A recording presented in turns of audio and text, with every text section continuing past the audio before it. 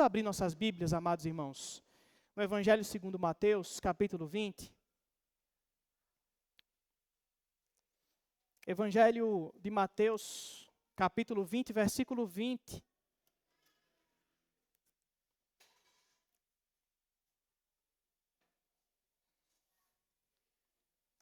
Mateus 20, 20.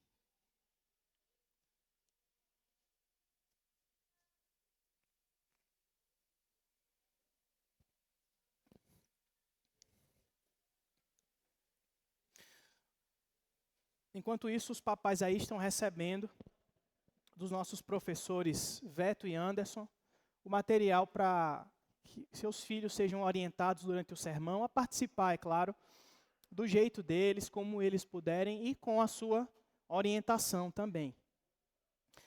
Meu irmão, minha irmã, onde é que você estava no dia 11 de setembro de 2001? Alguns aqui acho que não tinham nascido ainda. Mas aqueles que já tinham nascido, que já tinham alguma idade, certamente se lembram onde estavam nesse dia. O dia 11 de setembro de 2001. Essa data é marcante na história, que foi a data em que as Torres Gêmeas foram atacadas, bem como também o Pentágono foi atacado nesse dia. Você certamente lembra, se você tem memória, claro, desse atentado terrorista. E um homem chamado Dave também se lembra desse dia muito bem. Ele estava no seu escritório, trabalhando. E quando ele viu a notícia na televisão, ele resolveu fazer alguma coisa. Dave, então, foi ao barbeiro, imediatamente, e cortou o seu cabelo com um corte militar. Ele voltou para casa e vestiu as suas roupas de fuzileiro naval aposentado. Se vestindo de militar, como se estivesse ainda em serviço, ele pegou seu carro e dirigiu cerca de 2 horas para chegar em Nova York a tempo de poder ajudar de alguma forma aqueles que estavam sofrendo ali. Quando ele chegou lá, ele começou a ajudar, a procurar tanto sobreviventes como corpos em meio aos escombros. Mais de 3.000 pessoas morreram naquele atentado. Porém, 2 delas, chamados Will e John, sobreviveram. Estavam entre os 20 que foram soterrados, mas sobreviveram ao atentado. Quando uma das Torres Gêmeas foi atacada e estava para cair, eles não conseguiram sair. E conseguiram, na verdade, se esconder no fosso de um dos elevadores. Ficaram ali quando a torre caiu. Mas eles sobreviveram em meio aos escombros. Ficaram durante 9 horas, respirando um ar cheio de poeira. Até que eles conseguiram encontrar alguns pedaços de canos e começaram a bater nesses canos, no pouco espaço que eles tinham. E Dave, o fuzileiro naval aposentado, então um contador, ouviu que alguém estava se mexendo. Junto a outros profissionais, eles conseguiram resgatar Will e John. Tudo porque Dave percebeu que ele podia fazer alguma coisa, que ele podia servir. Porque o serviço, irmãos, vai além da obrigação. Ele deve ser voluntário e deve ser movido por um propósito.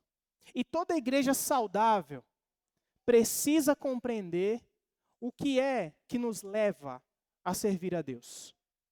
O que é que nos leva ao serviço do Senhor. Seguindo a nossa série Ame a Igreja Local, nós vamos hoje meditar sobre servir. Volte os seus olhos agora para o texto da Bíblia. Está em Mateus capítulo 20, versículos 20 ao 28. Acompanhe aí a leitura da palavra de Deus. Ouça com fé, pois esse não é um livro comum. Ele é inspirado pelo Senhor. Então se aproximou de Jesus a mulher de Zebedeu, com seus filhos, e adorando, pediu-lhe um favor. Jesus lhe perguntou: o que você quer? Ela respondeu: mande que no seu reino estes meus 2 filhos se assentem, um à sua direita e o outro à sua esquerda. Mas Jesus disse: vocês não sabem o que estão pedindo. Será que podem beber o cálice que eu estou para beber? Eles responderam: podemos. Então Jesus lhes disse: vocês beberão o meu cálice. Quanto a sentar à minha direita e à minha esquerda, não me compete concedê-lo, pois é para aqueles a quem está preparado por meu Pai. Quando os outros 10 discípulos ouviram isso, ficaram indignados com os 2 irmãos. Então Jesus, chamando-os para junto de si, disse: vocês sabem que os governadores dos povos os dominam e que os maiorais exercem autoridade sobre eles. Mas entre vocês não será assim. Pelo contrário, quem quiser tornar-se grande entre vocês, que se coloque a serviço dos outros. E quem quiser ser o primeiro entre vocês, que seja servo de vocês.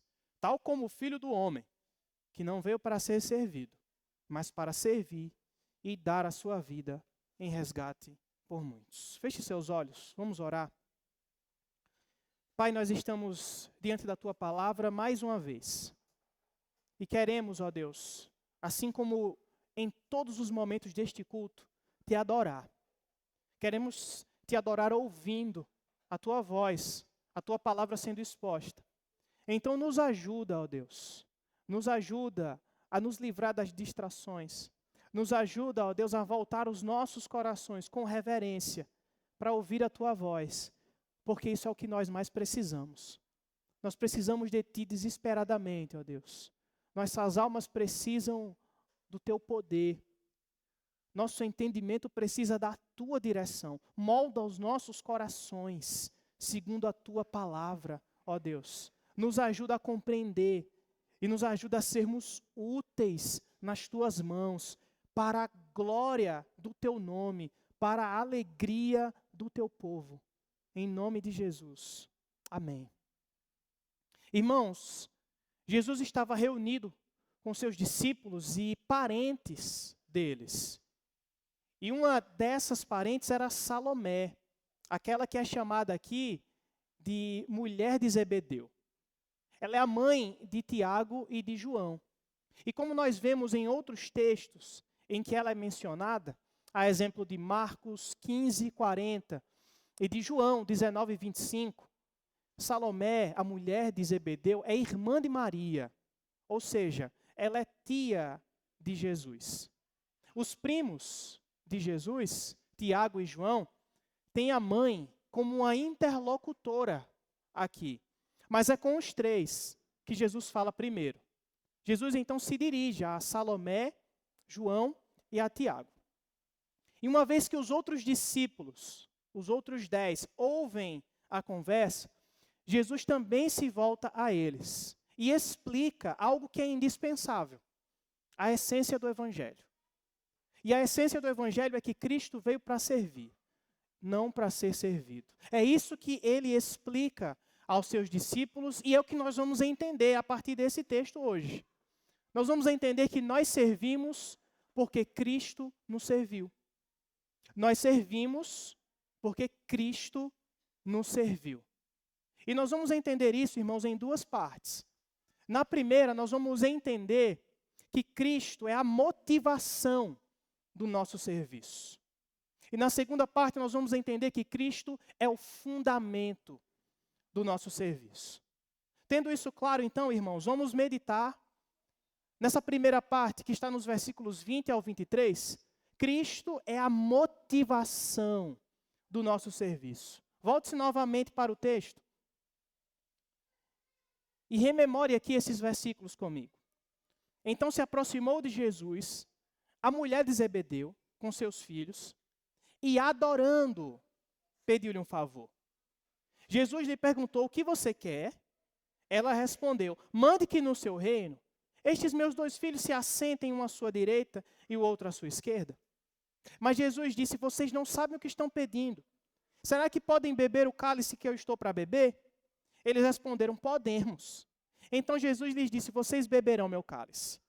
Quanto a sentar à minha direita e à minha esquerda, não me compete concedê-lo, pois é para aqueles a quem está preparado por meu Pai. Irmãos, nós percebemos aqui que esta mulher e seus filhos tentam tirar proveito do seu parentesco com Jesus para alcançar vantagens. Eles tentam, de alguma maneira, obter uma posição de destaque no reino de Deus.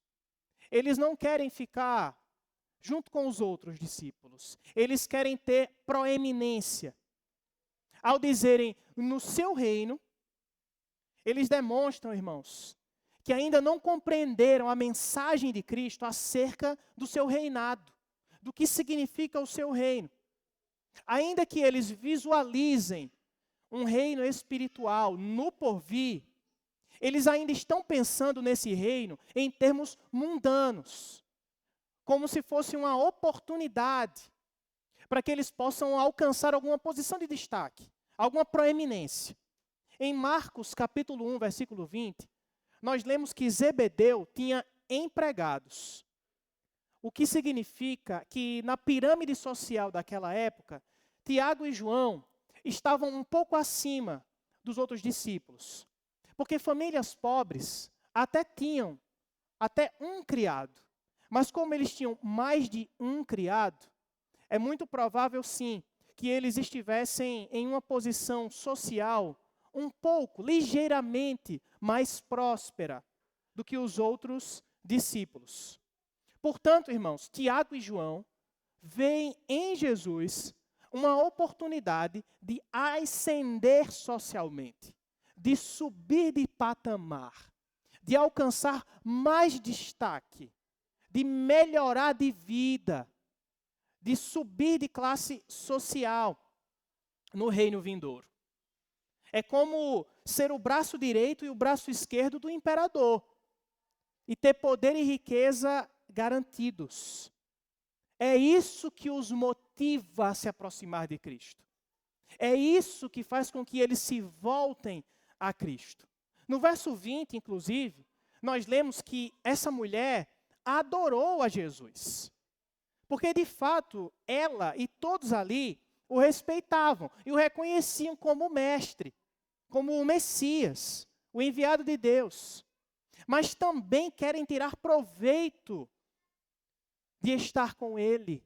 Querem tirar proveito do parentesco com Jesus para alcançar aquilo que eles tanto desejam.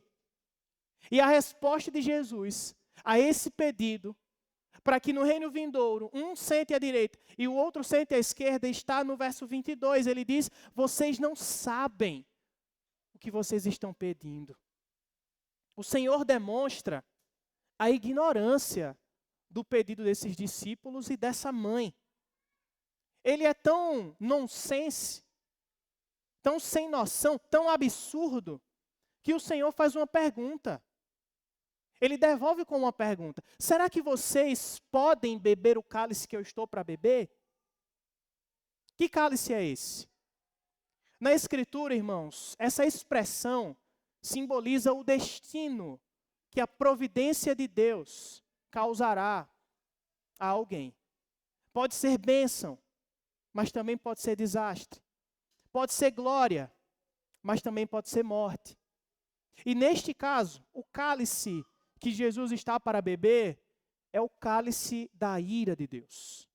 Esse é o seu destino. Beber o cálice da ira de Deus. Ele está indo para a cruz.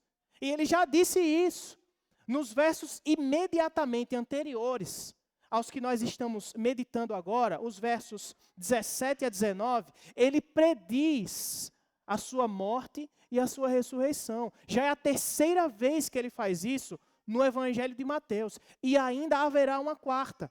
Jesus está falando aos seus discípulos que ele vai morrer na cruz do Calvário. Ele está dizendo aos discípulos que ele irá para a morte, que ele vai beber o cálice da ira de Deus. Contudo, os discípulos ainda não entenderam.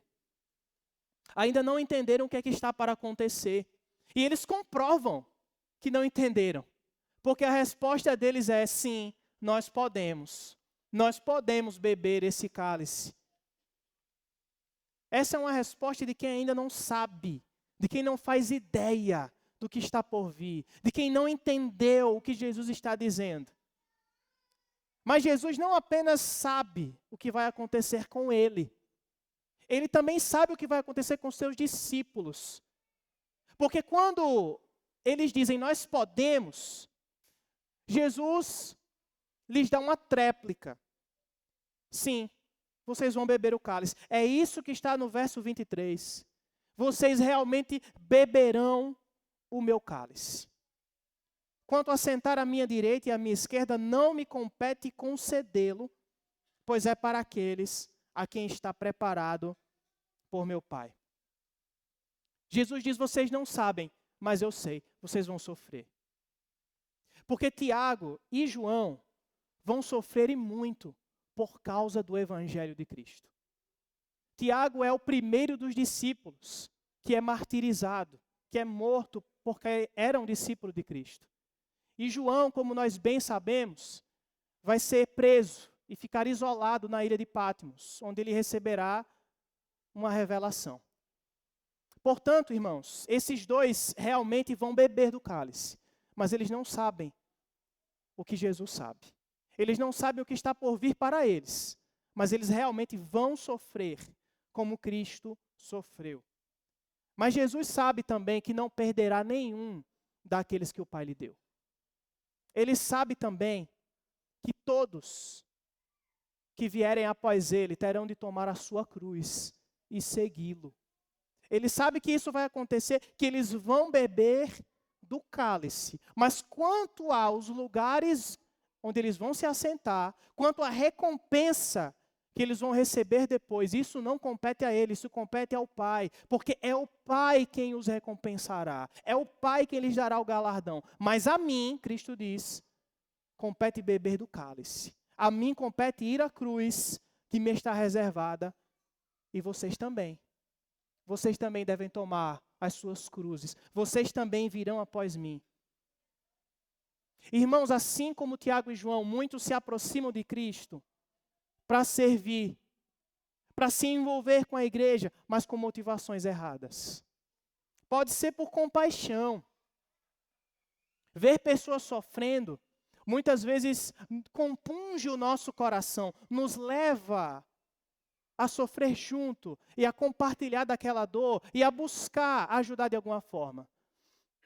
Quem aqui nunca sentiu pena daquelas crianças das propagandas da Unicef? Ou nunca sentiu uma dó que seja naqueles anúncios dos Médicos Sem Fronteiras? E uma vontade de ajudar de alguma forma? Mas se você prestar atenção, depois de um tempo, depois de ver tantos anúncios, tantos pedidos de ajuda, nosso coração vai ficando um pouco insensível. A gente não sente mais a mesma compaixão que sentia lá no início. A gente vai se acostumando com o sofrimento alheio.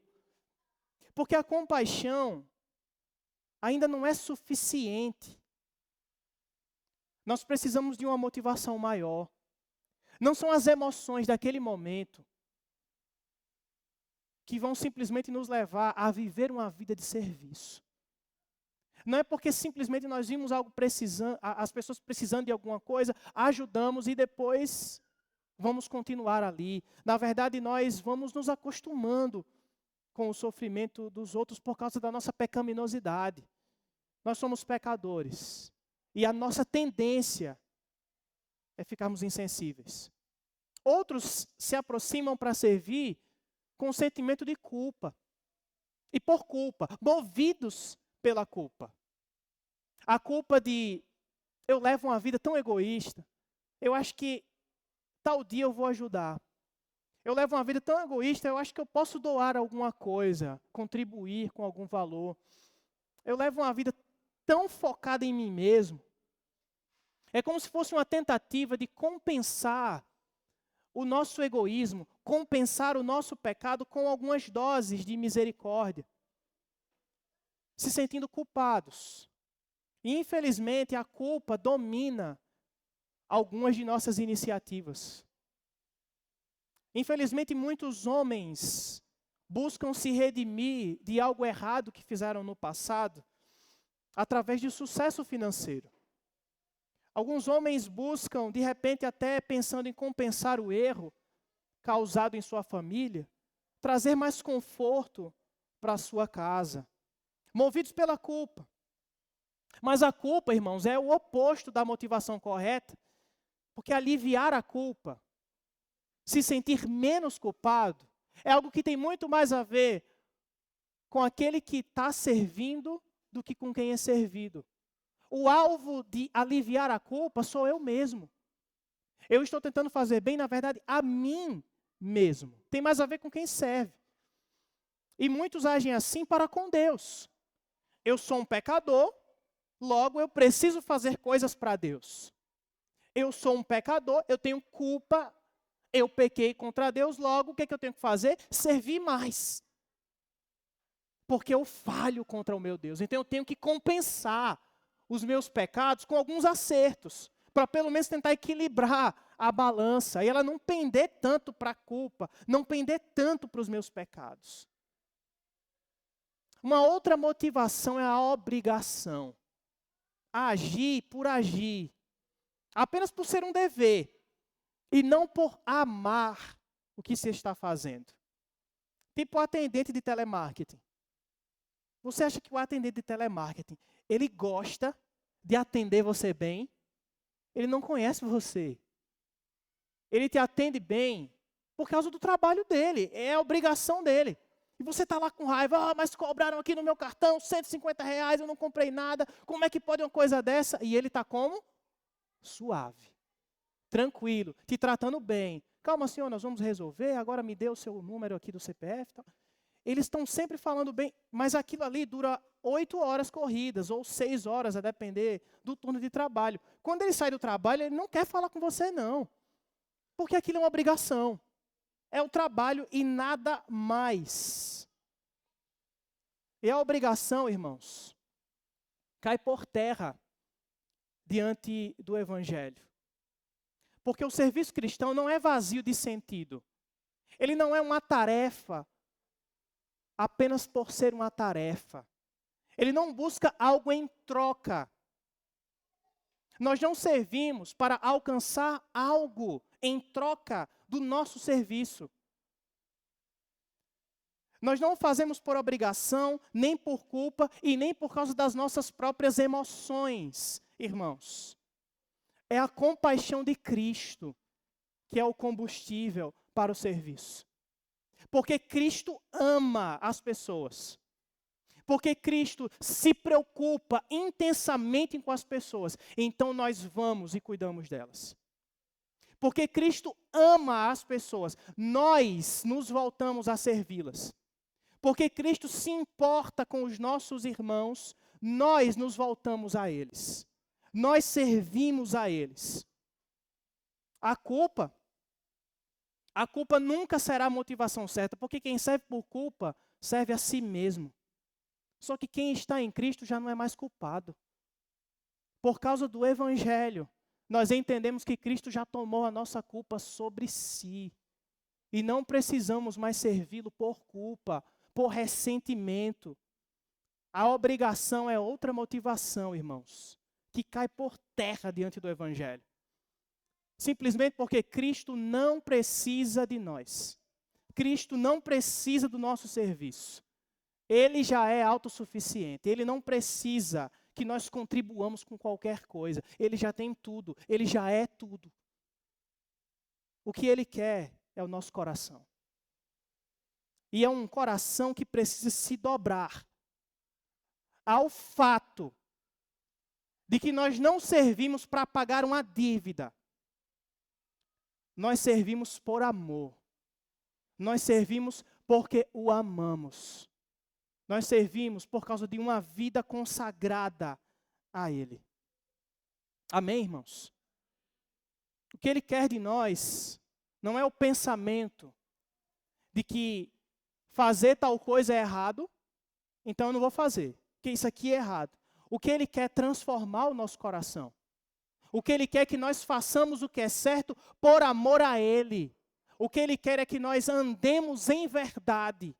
Não andemos em medo, em culpa, em obrigação, mas andemos com um coração verdadeiramente consagrado, devoto, constrangido pelo amor que Ele derramou em nossos corações. O pastor Igor Miguel disse exatamente isso. A pergunta que nós nos fazemos, ele diz, é: o que devo fazer para ser uma pessoa melhor? Você já se fez essa pergunta? O que eu devo fazer para ser uma pessoa melhor? O que eu devo fazer para ser um cristão melhor? E ele explica, como sempre, nós estamos em busca de uma metodologia. Estamos em busca de um método, de como fazer. Salvação pelas obras sempre será uma tentação. E, ironicamente, a resposta para isso é uma outra pergunta. A pergunta é: o que eu devo amar para ser uma pessoa melhor? É isso que Jesus quer de nós, não é? Que o amemos com toda a nossa força, de todo o nosso coração, de todo o nosso entendimento. E o Evangelho é a nossa motivação para nos desprendermos de nós mesmos em favor do próximo. Para deixar de lado prioridades egoístas e finalmente olhar para o reino de Deus e colocá-lo em primeiro lugar com a sua justiça. O serviço, irmãos, deve ser subvertido em nossos corações. Não para buscar algo, para alcançar algo, mas porque nós já alcançamos. Mas porque nós já temos. Cristo é o que nós temos. E Ele é a motivação para a gente servir. Ele é a motivação para a gente servir as pessoas da nossa igreja, da nossa cidade, da nossa família. Amém, irmãos? É isso que nós vimos em primeiro lugar, que a motivação para servir é Cristo. E em segundo lugar, nós veremos agora que Cristo é o fundamento para servir. Cristo é o fundamento do nosso serviço. Versículos 24 ao 28.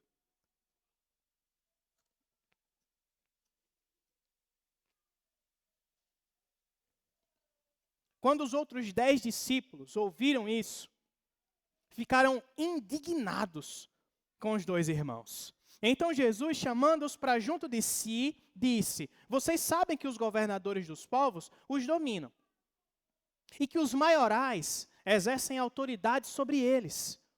Mas entre vocês não será assim. Pelo contrário. Quem quiser tornar-se grande entre vocês, que se coloque a serviço dos outros. E quem quiser ser o primeiro entre vocês, que seja servo de vocês. Tal como o Filho do Homem, que não veio para ser servido, mas para servir e dar a sua vida em resgate por muitos. Irmãos, agora nós vemos que o problema trazido por Tiago, João e sua mãe cresceu. Porque agora os outros 10 discípulos ouviram a conversa e ficaram indignados com Tiago e João. Mas não se engane não, que essa indignação não é piedosa não. Eles não estão indignados por causa da ambição dos filhos do trovão, os Boanerges, como Jesus os chamava. Eles estão indignados porque os irmãos estavam tentando obter, se aproveitar de um parentesco, de alguma vantagem, para alcançar algo que eles todos queriam.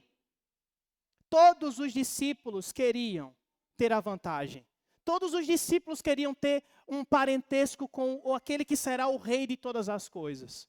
Eles não tinham, mas aqueles dois tinham. E é isso que os deixa indignados. Porque eles usam isso para manipular algo, uma arma que os outros não tinham. Todos eles queriam destaque, gente. E nós inferimos isso, nós compreendemos isso a partir do que Jesus diz depois. Dessa vez, para os 12.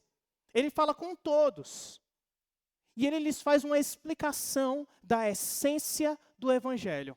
Ele diz que os governantes deste mundo dominam sobre os governados. Isso é um fato. Mas ele diz, entre vocês que são de outro mundo, vocês que pertencem a outro reino, não será assim. Não é assim que vai funcionar, pelo contrário. Na sociedade daquela época, irmãos, o valor de alguém, preste atenção, O valor de alguém era medido pela quantidade de pessoas que o serviam. Quanto mais servos, mais importante era alguém na sociedade. E Cristo mostra que o reino dele subverte essa lógica, a lógica mundana. Ele ensina que alguém é mais honrado, alguém tem mais honra, não pela quantidade de pessoas que o servem, mas pela quantidade de pessoas que ele serve. É assim que é no reino de Deus. O que quiser ser grande, deve servir. Do original, diáconos. Já ouviu isso? É isso que Jesus disse.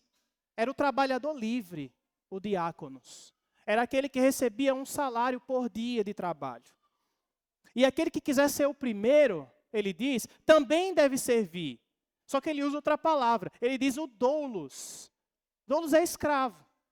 Ele pertence a um senhor. Ele não tem liberdade.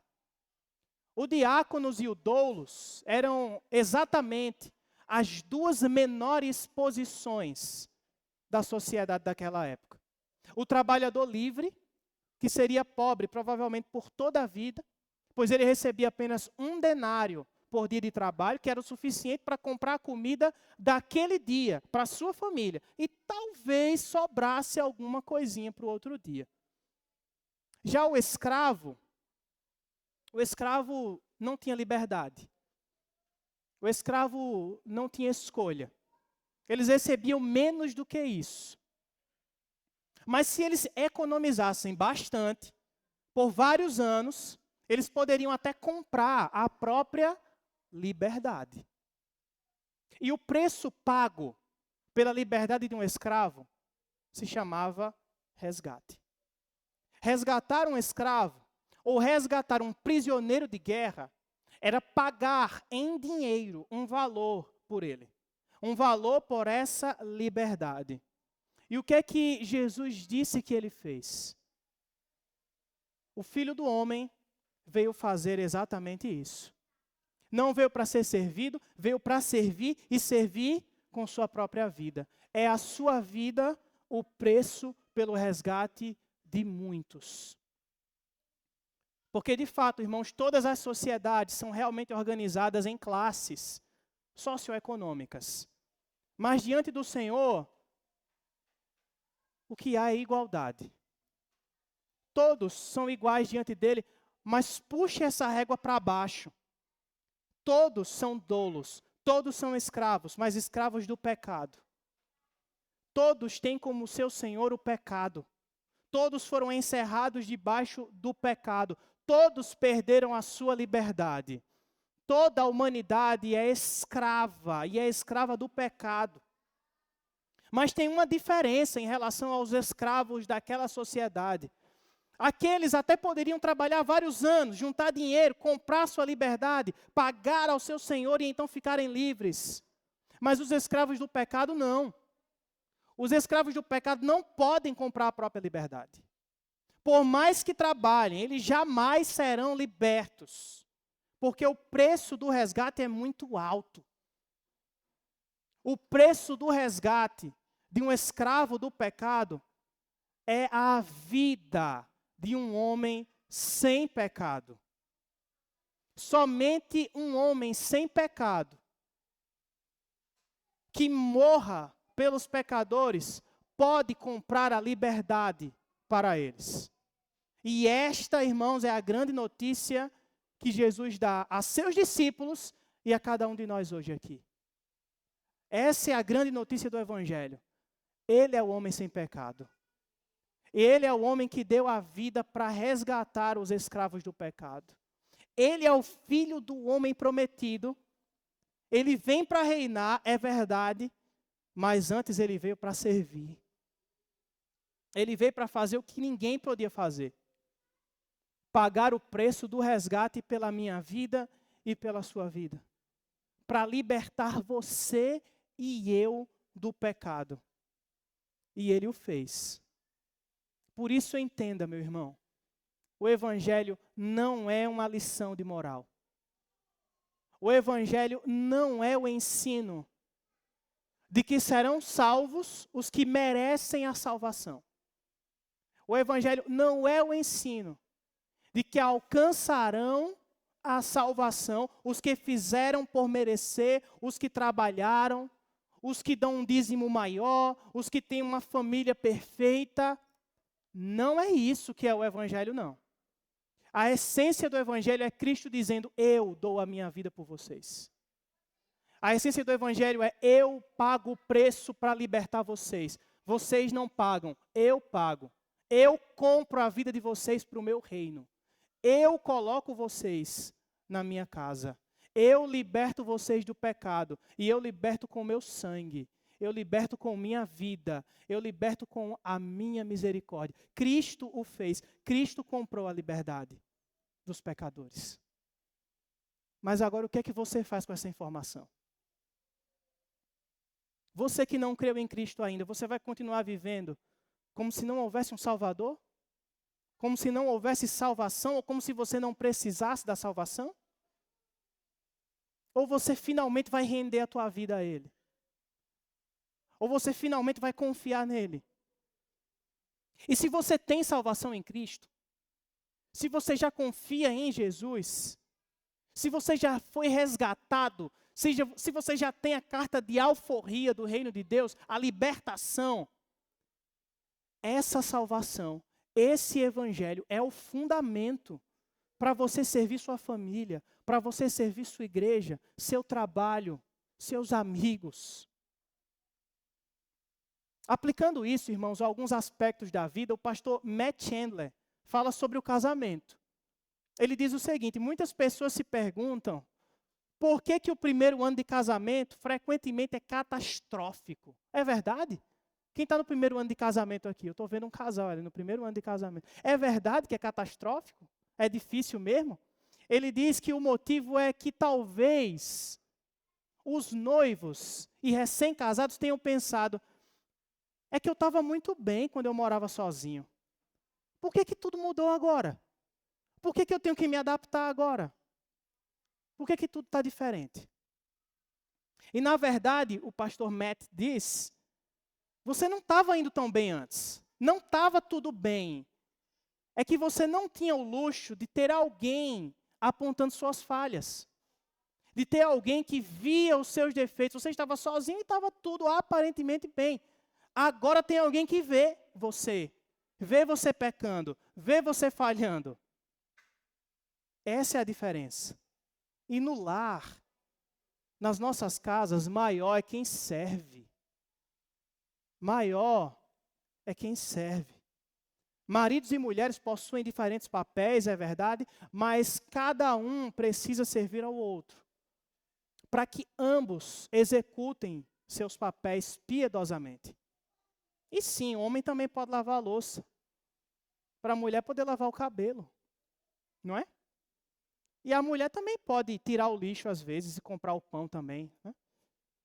As duas frases mais ouvidas por homens casados em casamentos saudáveis. Eu te amo, a primeira. A segunda, traz pão. Não é verdade? Homens. Ou então, tira o lixo. É isso que todo homem ouve. Quanto ao trabalho, não esconda a tua fé no teu trabalho, meu irmão. O reformador Martinho Lutero dizia que Deus mesmo estava ordenhando as vacas através da profissão de leiteiro. O que ele quer dizer, irmãos, é que o trabalho também é santo. Isso representa a sacralidade do trabalho. O trabalho é um meio de servir a Deus, servindo as pessoas. O nosso trabalho precisa ser bem feito. No nosso dia a dia, nós precisamos vender por um preço justo o melhor produto que nos for possível. Nós precisamos oferecer o nosso serviço, a nossa habilidade, da forma mais justa, correta possível, nem cobrando muito, nem cobrando pouco, cobrando o que ele merece, para glorificar a Deus, para servir as pessoas ao nosso redor. Eu conversava com o Eduardo outro dia, numa quarta-feira, estou rindo porque isso é engraçado mesmo. E ele disse, rapaz, chegou um cliente e disse, teu irmão te pagou o corte de cabelo?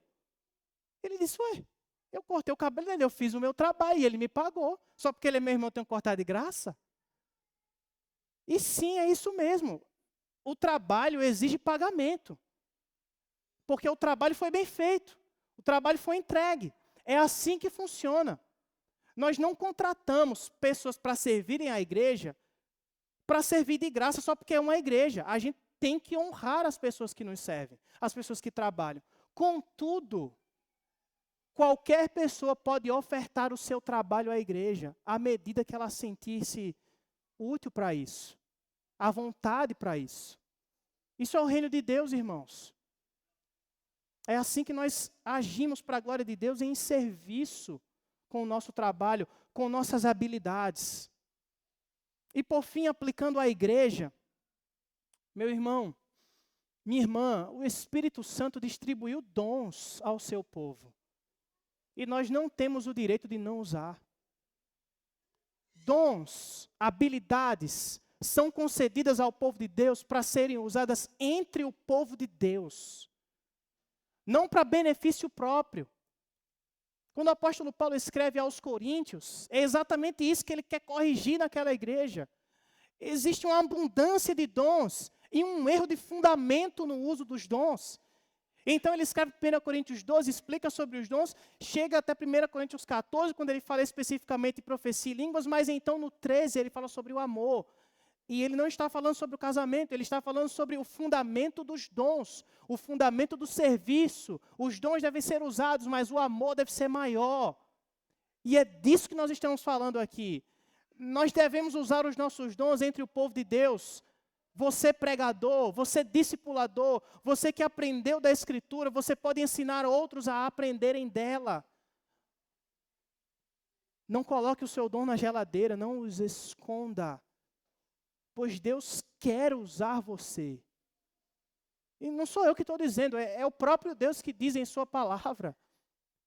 Mas o fundamento para ser usado por Deus, o fundamento para servir ao povo de Deus com as suas habilidades de mecânico, de pedreiro, de comunicador, ou seja lá o que for, de cozinheiro, cozinheira,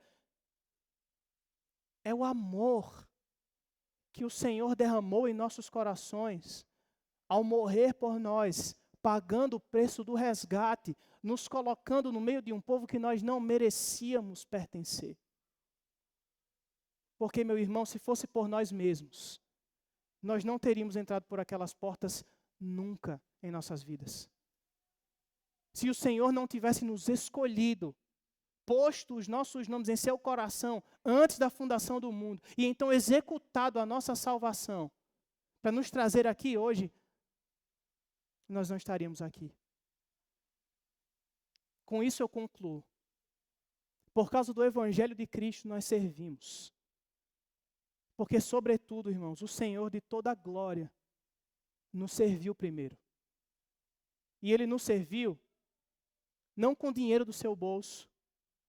Ele não nos serviu com muito trabalho físico.